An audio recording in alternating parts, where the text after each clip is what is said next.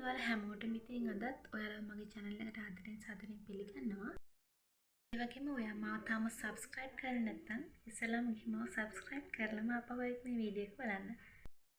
ඔයාට ලස්සන වෙන්න ඕන නම් එහෙම නැත්නම් ඔයාගේ බාහිර පෙනුම ගැන හිතනවා නම් ඔයාගේ ඔළුවට මුලින්ම එන්නේ ඔයා ලස්සන වෙන්න නම් මොන හරි ක්‍රීම් జాතියක් ගන්න ඕනේ කියන දේ නේද? ඔයා විතරක් නෙමෙයි ගොඩක් අය හිතන්නේ තමන්ගේ බාහිර ස්වරූපය අලංකාරව තියාගන්න ඕන නම් කඩේ තියෙන එක එක ක්‍රීම්ස් වර්ග තමන්ගේ ශරීරයට ඇප්ලයි කරන්න ඕන කියන දේ. හරි විදිහට ඔය ලස්සන වෙන්නේ කොහොමද? ඔයාගේ බාහිර ස්වරූපය ලස්සනට තියාගන්නේ කොහොමද කියන කාරණාව රඳා පවතින්නේ ඔයාගේ කල්කිරියාව මත. ඔයා කොච්චර සතුටින් ඉන්නවද කියන එක ඔයාගේ නිරෝගීකමට වෙන්න ඔයාගේ බාහිර අලංකාරය එහෙම නැත්නම් ඔයාගේ ලස්සන වැඩි වෙන්න ප්‍රධාන හේතුවක් වෙනවා. ලස්සන වෙන්නේ කොහොමද? Taman නිරෝගී වෙන්නේ කොහොමද කියන එක ගැන හිතනවා නම් එයා මුලින්ම හිතන්න ඕනේ තමන්ගේ මානසිකත්වය. තමන්ගේ mental health එක කොහොමද ඉදිරියට රඳා පවත්වා ගන්නේ කියන කාරණාව. සුවෙන් ජීවත් වෙන්න නම් ඔයා අනිත් අයට ඉරිසියා කරමින් නිතරම තරහෙන් කෑ ගහමින් කලබලයෙන් වෛරයෙන් තරහින් වගේ ඍණාත්මක දේවල් වලින් පිරීලා ඉන්නවා නම් හැම දෙයක්ම ඔයාගේ මූණෙන් නිරූපණය වෙනවා. අනවශ්‍ය විදිහට හිතනවා නම් ඔයාගේ ආතතිය වැඩි නම් නිතරම කලබලෙන් නම් ඉන්නේ ඒ වගේ කට්ටියගේ ඇසයට කළු වෙනවා මූණ අඳුරු වෙනවා පිම්පල්ස් එනවා ඒ වගේම මූණ අවපහැ වෙනවා වගේ දේවල් වෙන්න පටන් ගන්නවා. ඔයාගේ අභ්‍යන්තර හා බාහිර ශරීරයේ ඔයාගේ රටක ඉපදිලා ඉන්නවා අර ලැබෙන්නේ තල්ලුසමක්. එහෙම නැත්නම් ඔයාගේ ඡාන වලින් ඔයාට උරුම වෙන්නේ තල්ලුසමක්. මෙහෙම කියන මානසිකත්වයේ පැත්තකින් තියලා බලනකොට තල්ලුසම කියන්නේ හරිම ලස්සන ස්කින් ටෝන් එකක්. ඔයා කරන්න ඕන ඔයාගේ ස්කින් එක නිරෝගීව පවත්වාගෙන යන එක.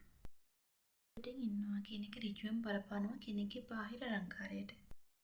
ඔයා ඔයාගේ ශරීර අභ්‍යන්තරය නිරෝගීව පවත්වා ගැනීමට නම් ඔයාට සිද්ධ වෙනවා ඔයාගේ ශරීරයේ බාහිර අවයව ගැන අවධානය යොමු කරන්න. ශරීරයට අවශ්‍ය ජලය ලබා දීම, ඒ වගේම පෝෂ්‍යදායී ආහාර ලබා ගැනීම වැනි කාරණා ඔයාගේ අභ්‍යන්තර සෞඛ්‍යයට සම්බන්ධ වෙලා තියෙනවා. ඔයා දවස ආරම්භ කරන්නේ ස්ට්‍රෙස් වෙලා නම් එහෙම නැත්නම් කම්මැලිකමෙන් නම් බලපානවා ඔයාගේ මූඩ් එක විනාශ වෙන්න. තියෙන වැඩ ටික ඔයාට කරන්න වෙන්නේ හදිස්සියෙන්. දවස පුරාම ඔයා වටා එක රාශිය වෙන්නේ ඍණාත්මක බලපෑම් පමණයි. ඒක ඔයාගේ ভাইබ්‍රේෂන් එක අඩු වෙන්න බලපානවා. ඒගොම ඔයාගේ ප්‍රියමනාප පෙනුම නැති වෙලා යන්නත් බලපානවා. ඒ නිසා ඔයාට ඉක්මනට වයසක පෙනුමක් ලැබෙන්න, ඔයාගේ සම රැලි වැටෙන්න, කිසකෙස් ගැලවී යන්න, ඔයාගේ මුණේ පිම්පල් දාන්න, ඔයාගේ ඇස් වලට අඳුරු වෙන්න, ඔයාගේ ස්කින් ටෝන් එක අවපෑවීමට මෙන්න මේ වගේ කාරණා ඔයා නොහිතුවා වුණාට ඔයාගේ බාහිර පෙනුම විනාශ කරන්න බලපානවා. ඔයාගේ දවසම ලස්සන කරන්නත් හේතුවක් වෙනවා. මේකෙන් ඔයාගේ අනවශ්‍ය පීඩනය, අනවශ්‍ය ස්ට්‍රෙස් එක නැති වෙලා යනවා. කරන්න ඕන ටිකක් කලින් නැගිටින එක. මේක ඔයාගේ දවසේ සාර්ථකත්වයට බලපානවා. ඔයා ගැන හිතන්නත් නැති වෙලා තිබුණු වෙලාව ආපහු ලැබෙනවා. ඔයාගේ වැඩ කටයුතු ටික කලබලකින් තොරව සාමකාමීව කරගන්න පුළුවන් වෙන නිසා ඔයා ඉන්නේ මානසික සුවයෙන්. මොන දේ සිද්ධ වුණත් ඔයා ඔයාගේ මානසික සමකාමීත්වය පවත්වා ගන්න. අන්න ඒ නිසා ඔයා කිසිම විටක ස්ට්‍රෙස් වෙන්න, ප්‍රෙෂර් වෙන්න හදන්න එපා. ඔයා සතුටින් ඉද්දී ඔයාගේ ভাইබ්‍රේෂන් එක වැඩි වෙනවා. ඔයා කරන්න ඕන උදේම නැගිටින එක ඔයාගේ ජීවිතේට හැබිට් එකක් විදිහට එකතු කරගන්න එක. ඔයත් උදේම ඔයාගේ දවස ආරම්භ කරන්න උත්සාහ කරන්න. ඔයාගේ දවසේ සමකාමීත්වයට වගේම සාර්ථකත්වයට බලපාන කාරණාවක්. මේ දවසේ වැඩ කටයුතු ටිකත් හරි විදිහට කරගෙන යන්න පුළුවන්. ඔයාගේ එනර්ජි එක හරි විදිහට පවත්වා ගන්නත් මේකෙන් පුළුවන් වෙනවා. ඒ නිසා ඔයාගේ ශරීරය නිරෝගී වෙනවා වගේම ශරීරයත් පැහැපත් වෙනවා. කාරණාව තමයි උදේට නැගිට ගමන් මද රස්නේ උණු වතුර එකක් පානය කරන්න. ඔයාගේ ශරීරයේ තියෙන ලෙඩ රෝග වගේම ඔයාගේ සමීපයේ තියෙන ලෙඩ රෝග නැති වෙන්නත් මේක ප්‍රධානම හේතුවක්. ඉතින් ඔයාගේ එනර්ජි එක වැඩි කරගන්න පුළුවන්. රයිටිස් වගේ රෝග තත්ත්ව නැත්නම් ඔයාට පුළුවන් මේ මද රස්නේ වතුරයකට ලෙමන් ස්වල්පයක් එකතු කරගන්න. 4ට 5ට එහෙම නැත්නම් අඩුම තරමේ උදේ 6ටවත් ඔයාගේ දවස ආරම්භ කරන එක ඔයාගේ ජීවිතේ පුරුද්දක් විදිහට එකතු කරගන්න අමතක කරන්න එපා. ඔයාගේ නිදිමත ගතිය ඇති කරන්න, ඔයාගේ මූඩ් එක ෆික්ස් කරන්න, ඔයාගේ ශරීරයේ අභ්‍යන්තරයේ එකතු වෙලා තියෙන විෂ අයින් කරන්න හේතුවක් වෙනවා. කාරණාව තමයි ප්‍රමාණවත් නිින්දක් ලබා ගැනීම. ඔයාට ඔයාගේ ශරීරයේ ලස්සන වැඩි කරගන්න ඕන නම් ඔයා අඩුම තරමේ පැය 6ක් 7ක් 8ක් එක දිගට නිදා ගන්න ඕන. ඔයාට පුළුවන් ඔයාගේ ශරීරයේ යථා තත්ත්වයට පත් කරගන්න. මොකද ඔයා උදේ ඉඳලා හවස වෙනකන් වැඩ කරලා හිතලා මහන්සි වෙලා කලබල වෙලා මේ හැම දෙයක් නිසාම ඔයාගේ මානසිකත්වය අඩු වෙලා තියෙනවා. එහෙම නැත්නම් ඔයාට මහන්සි.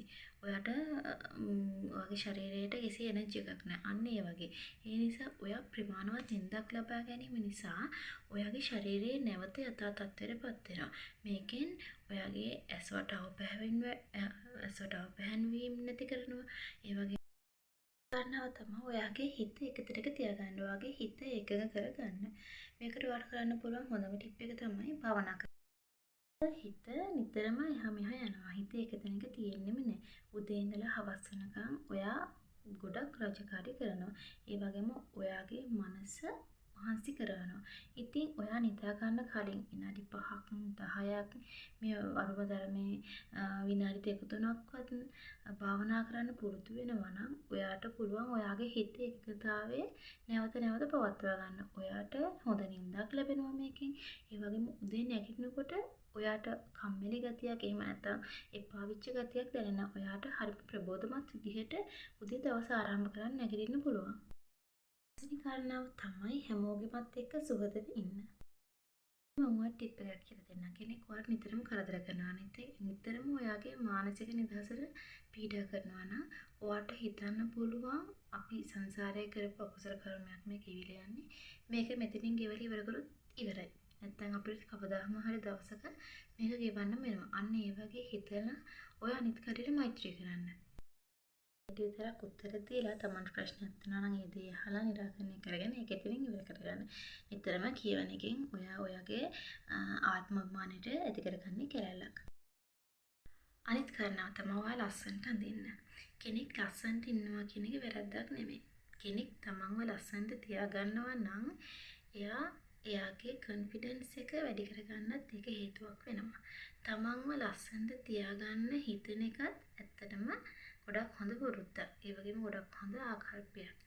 තමන්ට ආදරය කරන්න ඕනේ කියන එක මම තරයේ පිළිගන්න මතයක්. මම නිතරම හිතන මතයක් වගේම මම පිළිපදින දෙයක්.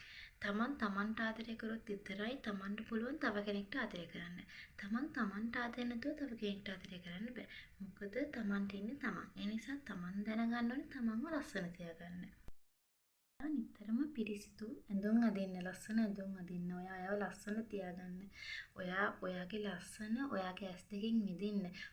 ඔයාවම ටිකක් බදාගෙන ඉන්න. ඔයාට ආදරේ කියන්න. ඔයා ලස්සනයි කියන්න. ඔයා අනිත් අයගෙන් බලාපොරොත්තු වෙන්න එපා කිසිම දෙයක්. ඔයාගේ සතුට නිර්මාණය කරගන්න. මොකද ඔයාගේ සතුටින් නිර්මාපකයා ඔයයි. ඔයාගේ කාරණාව තමයි නිතරම කතා කරන්න එපා. ගැණු කෙනෙක් නම් ඇත්තටම කතා කරන්න ගොඩක් හුරු වෙලා තියෙනවා. ඒක සහජයෙන්ම එන දෙයක්.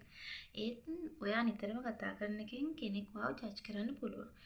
ඔයාගේ හිතේ ඔයා ඕපන් කෙනෙක් කියමු. අපි හිතනවා මම ඕපන් නිසා මම හැමදේම කියනවා.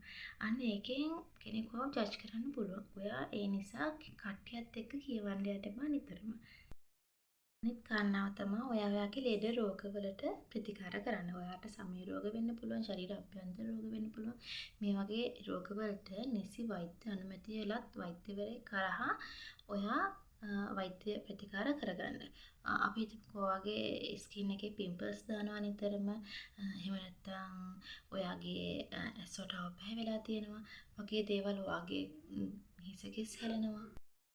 යටිපතුල් පැලෙනක් තියෙන්නේ. ඇයි පැලෙන්නේ? මොකටද පැලෙන්නේ? මොකක් හරි ලෙඩක්ද? උෂ්ණයිද? ඇයි මෙහෙම වෙන්නේ කියලා හේතු කාරණා හොයාගෙන ඔයාගේ රෝගවලට ට්‍රීට්මන්ට් කරගෙන යන දිගටම. නිතරම මේන්ටේන් කරන්න ඕනේ ඔයාගේ සමය නිරෝගීකම.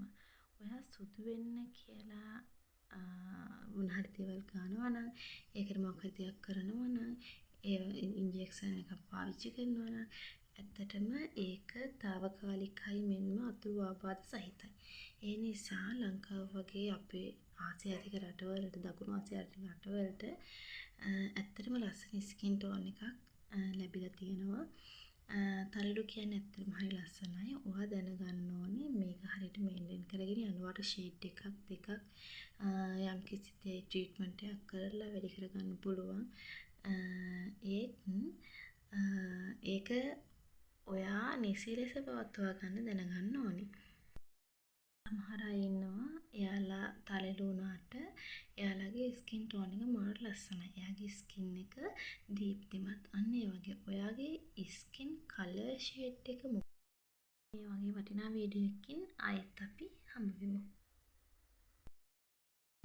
ඔයාගේ ස්කින් එක මොන වගේද? ඔයිලිද? කම්බිනේෂන්ද? එහෙම නැත්නම් ඔයාට තියෙන්නේ වියලි සමක්ද? මේ වගේ දේවල් අවබෝධ කරගෙන ඔයා යම්කිසි ප්‍රතිකාරයක් කරනවා නම් කරගන්න ඕන.